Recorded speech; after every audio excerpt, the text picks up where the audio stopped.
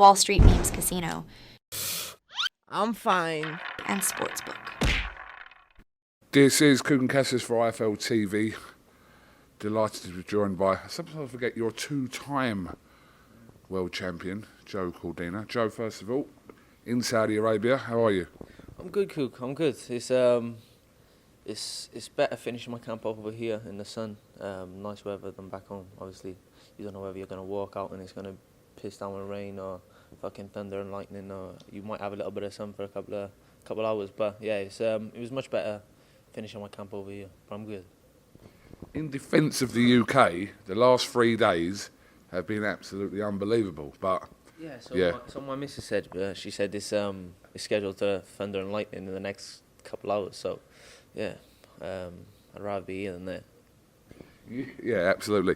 So you arrived sort of at the back end of last month, and it's camp life, isn't it? And so you're used to this kind of thing anyway, regardless of whether it's Saudi Arabia or Brentwood. Yeah, Tony went, I think it was about 4 days before we was meant to come, and he went, Joe, he texted me. He said, you sure you want to, no, he didn't text me, he rang me. He went, you sure you want to go on the weekend? And I said, yes, Tom, I do. He went, yeah, but there's nothing to do, though. I said, Tone, he was like, yeah, but we can't even go for a walk, we can't even run, we can't even, I said, Tone, I said, you're saying you're going to be bored. I said, I'm bored every day when I'm in camp. I go to the gym, go home, go back to the gym, go home. I just sit there watching movies before I go to bed. And then we do it all again the next day. And I'm on my own. I said, at least we were together. I said, it's nothing new to me. I said, you're going to be bored, not me. And he went, oh, all right then. So we flew out that week. And we've been here almost 2.5 weeks now. Just see him out there. I said, reminiscence of Ray Winston, just reading his book. Yeah, Sexy beast. Unbelievable. Yes, well, 6 days out now. Yeah. Everything gone to plan. Happy with everything in camp, etc. Yeah, perfect. To be honest, I know it's everyone says it. It's one of the best camps I've ever had. I'm in the best shape I've ever been in. Visually, physically, I feel great. 6 days out. Normally, I'm a bit tired here and there, and I think me being in the sun and looking good, feeling good, I think it is going to play a massive part. But yeah, and it helps that I've had 2 camps back to back, and I didn't fall off. Obviously, I got to pull back because I'll burn out, but I didn't fall off. I was eating well, training was still going well, and yeah, I didn't take my eye off the ball. I know this is a tough fight. It's a potential slip-up. So, I kept myself on it, and yeah, I believe you'll see the best of me on Saturday now. Yeah. Let's talk about Anthony. Obviously, only suffered the 1 defeat in his career to your former stablemate in Martin Ward those years ago. Yeah. Seen some comments for him about not making up the numbers, etc. So you are expecting a tough fight in Riyadh this Saturday. Yeah, of course. Listen, over the years, I've heard that he can punch. Don't get me wrong, his record don't speak for that, but I know he can dig because a lot of people have said it. Even Carl Frampton, one of the hardest punches he's been in with. So I've got to be switched on at all times. I can't take my eye off the ball and think, oh, okay, yeah, he's touching, whipping one in, and I get caught. Nah, it's not going to work like that. So, yeah, he suffered a defeat to Martin, but that was a long time ago. But also, he's only had 7 fights in 7 years. Now, I've had 18 fights in 7 years. An active fighter, obviously, is going to really... It's going to look better for me on paper, me having 18 fights, but on paper it don't really matter. But I'm the active fighter.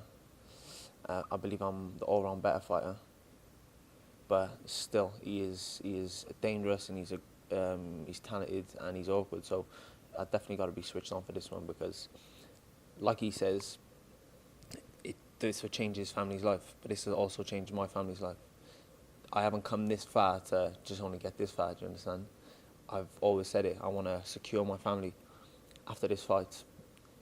secure it where it goes on for generations, but the fights after this fight will set my family up. So I have to win, and keep winning, because I wanna keep fighting here. I wanna keep fighting on these big shows. I wanna keep winning world titles, and yeah, I haven't come this far just to stop at this point. We're kind of approaching now the middle of 2024, and I know obviously you're fully focused on Saturday here in Riyadh, but if you could map out your next 12 months, how does that play out for you? Who does that involve in that 12-month period? Fighter-wise, it don't really matter to me who it is, but I'd like to fight again in September, depending on how I get on there. If I stop him early, I'd like to get out in December. Then April, May, summer, winter, 6 fights. That'd be an ideal scenario for me. I don't like having too long off. I know sometimes I do have long off, but that's out of my hands. I'd love to jump straight back in, but for some reason, things end up getting sticky business-wise, and then we end up just dragging it out. So, yeah, otherwise I would have fought at the start of the year. Obviously, no fault of my own. Fury got a cut, so we had to reschedule, but I would have fought 3 times this year. But yeah, it is what it is. But fighter-wise, it don't really matter. If it's titles, if it's not titles, then I want big names, and just earn a load of money. Pretty much. So at this stage for you, obviously the combination of having the bigger names for the most amount of money possible, but at kind of the stage of your career now, it is because you're 32 now. 32, yeah. Yeah, I mean, it's not old, but I suppose it's not young either. So yeah, financially, that's probably more of the incentive at the moment. Yeah, of course. I say to Tony. Tony's like, listen, mate, we need another 4 years out here. 4 fucking years. You taking a piss? He went, nah, easy, mate. You haven't even took a dig. I went, yeah, but Tony, I said, I've got fucking 3 kids that I want to watch grow up. I've missed my eldest all growing up. I said 2 more years. She's 9. 2 more years. She goes to high school. She'll walk down the street holding my hand now. Then, fuck me, she won't even want to see me. So I don't really want to. Even though I got a few years left, I don't really want to miss the important times. Especially my boy now, he's 2. My middle child, she's 6. So I don't really want to be missing too much of their lives. I've missed my eldest, and it kills me to think about it. But he's going, yeah, we got another 4 or 5 years. I'm like, listen, he's going like that. I said, nah. I said, I got a time frame in my head, fight wise, and then we'll go from there. But listen, I'm not old, but I'm not young. So it's about being smart now and trying to make the best fights, the right fights, the right time, and earning the most money. Yeah, I mean, in his defence, I suppose 18 fights in 7 years. You haven't really got miles on the clock, so but doesn't mean you don't want to stack them on there. God, listen, 32. I'm running and I'm thinking, like I might have a little pain somewhere. And I'm thinking, oh, is that me getting old? Fucking. Then I tell someone about it and I think I'm just getting old. They went, oh, you're fucking 32. But it's just because I've been doing it for so long, and like before boxing, I was playing rugby and football, and I was doing something every single day. So it was like football Monday, Tuesday, Wednesday, Thursday, Friday rugby, Saturday football, Sunday rugby. And then up until I was 15, 16, then I started boxing. Then boxing took over, but boxing's every day apart from a Sunday. Sunday's off. So, yeah, it's been intense over the last, for most of my life really, sport-wise. So it's only a matter of time before, yeah, you get to that age, certain age, and it might just come on you all of a sudden. It's father time, and it catches up on you, and things start to break down. And I'll know myself anyway, but at the minute I'm good. But like every little niggle you have, you're thinking, oh, am I getting old? Oh, fucking hell. How long can I do this for? But yeah, we're alright at the minute.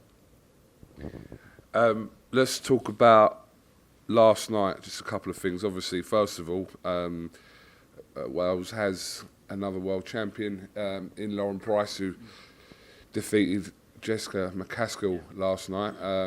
Yes, as a Welshman, you must be proud. Welsh person, should I say, should be proud of Lauren's achievement last night. Yeah, of course. Listen, it's always great to have another Welsh world champion. So, yeah, and she's the first Welsh woman to become world champion, which is a great achievement. She's done everything that is possibly to do in boxing, from amateur to pro. So she's achieved a lot, and for her to win a world title in Cardiff, like myself and so many others, is great. It's a great achievement, and I'm happy for her. And it was a bit of a bold move, I think, when it was announced against McCaskill. Yeah. Obviously, as a pro, Lauren hadn't had that many fights, despite her brilliant amateur record. But it was a bit of a bold move, because McCaskill is like a legitimate fighter at that weight. Yeah, she's awkward. When I've done bits around to her years ago, and she's awkward. She can she got a little bit of sting in her shot. She's got a high work rate, and I think all these things, into one, it becomes a problem for fighters that she's fighting. So, like McCaskill, she's not the fastest. She comes forward, she's tough, and she can make it hard work for anyone. But like I said, being fast, being a high work rate, and can dig a little bit becomes a problem for someone like that. So yeah, it's she's done it all. I'm Michigan. For her to win a world title, it's great. It's great for Welsh women's boxing as well.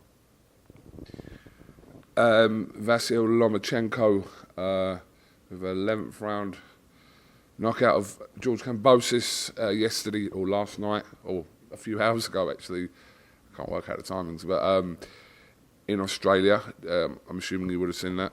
Yeah, I woke up this morning to watch it. I didn't watch it live, sorry. I woke up at 10 o'clock here, so that's 8 o'clock back home. So, I watched the highlights. Watching it was pretty comfortable for him. He didn't really get out of second gear, and then when he did step it up, he got him out of there. So, I knew that was going to happen anyway. I think Lomachenko as a fighter is all wrong for someone like George, who's looking to get in close and have a tear up and throw bombs. Lomachenko, you can't do that with Lomachenko. So yeah, I knew that was going to happen. I mean, there was a lot of boxing on last night, over at York Hall, and literally, yeah, flipping. But obviously, huge historic event that you're fighting on this Saturday in Riyadh. Obviously headlined by the undisputed heavyweight clash between Tyson Fury and Alexander Usyk. I mean, look, obviously everyone suffered the disappointment, not more so than guys like yourself who were on the card back in February. It's on this week, and what are you thinking about this, Fury and Usyk? Yeah, it's great. It's a great show to be a part of, isn't it? The fights, I think it's going to be a barnstormer. I don't think it's going to be like a tippy-tappy like everyone thinks it is. Because they're both great boxers and technicians. They're both unbelievable, and Tyson's here with us, and he's looking in unbelievable shape. I've never seen him with abs. He got abs. So, yeah, he's looking in unreal shape. But as they say, a good big guy will always be a good little guy, and in this situation, I think that's what's going to happen. He's looking sharp. Although Usyk is like a bigger version of Lomachenko, but I just think Fury is if he turns up, he can beat anyone on the planet. So yeah, it's a great card for me to be a part of, biggest in history. And I'm not new to big shows. I've boxed on AJ Klitschko, AJ Takam, AJ Parker, Cal Brook, Errol Spence, Luke Campbell, Lomachenko. I've been on big shows, so it's not going to be nothing new to me in a sense of show-wise. So I'm going to go out there and I'm going to enjoy every minute of it. Yeah, interesting. Somebody told me just before the weekend, and I don't know who the bookmaker is, but 16-1 for the draw. Fury. For the draw, 16-1. In the weird world of boxing, it's not a bad little shout if you're gonna put one or the other. Yeah. To be honest, my cousin's a better man. I might tell him to chuck a few, and he'd like an accumulator. He'll put like 4 teams on, and he'll put a few grand on.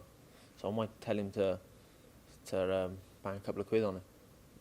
Yeah, I mean, you know what I mean, didn't it? Like it's. Asked me about boxing, so what I'll say to him, I'll say, yeah, put a few quid on. We'll split the winnings if you win. So we'll do that, and then obviously. I don't know who the bookmaker is on that. I should find that out. Actually, I was interested to know what their odds were. Okay, well, Joe, listen, appreciate your time. Sunday today, so like I said, less than 6 days out. You'll do your media stuff and your normal kind of fight week stuff. Is that the watch that Hearn bought you? That one? Don't start him. Don't start that off again, please. Isn't that the one he bought you? Nah, I bought this before I won a world title. But no, he haven't bought me one. But it's good. I don't want one now.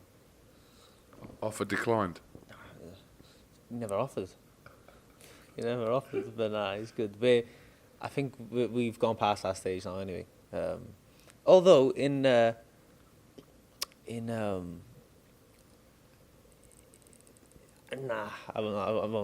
won't say it.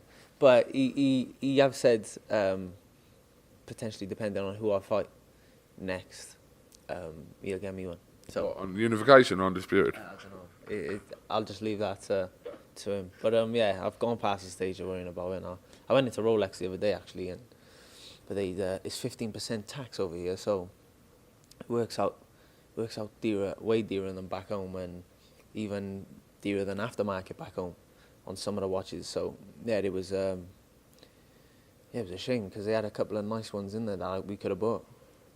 But yeah, it just didn't make sense. But no, it ain't. Answer your question. Yeah, ask my question. It's not. Yeah. Nah, it ain't the one. You paid for it yourself. Yeah. Joe, thank you very much for coming to IFLTV. We'll catch up with you again at some point. But before you go. Did anybody buy you that watch? Definitely fucking not. Yeah, nah. But yeah, that's a nice one, that is. Yellow Sky Dweller. Lovely. I bought this in Turkey, actually. Did you? Yeah, I did. Not a Ricky either. Don't know. It goes backwards. I don't know what that means. His name was Del Boy. Yeah, he sold it to me. Joe, catch up with you in the week. Best of luck this week, and yeah, enjoy it. Okay, bro. Thanks, Coop. Appreciate you, mate. Wall Street Memes Casino I'm fine. and Sportsbook.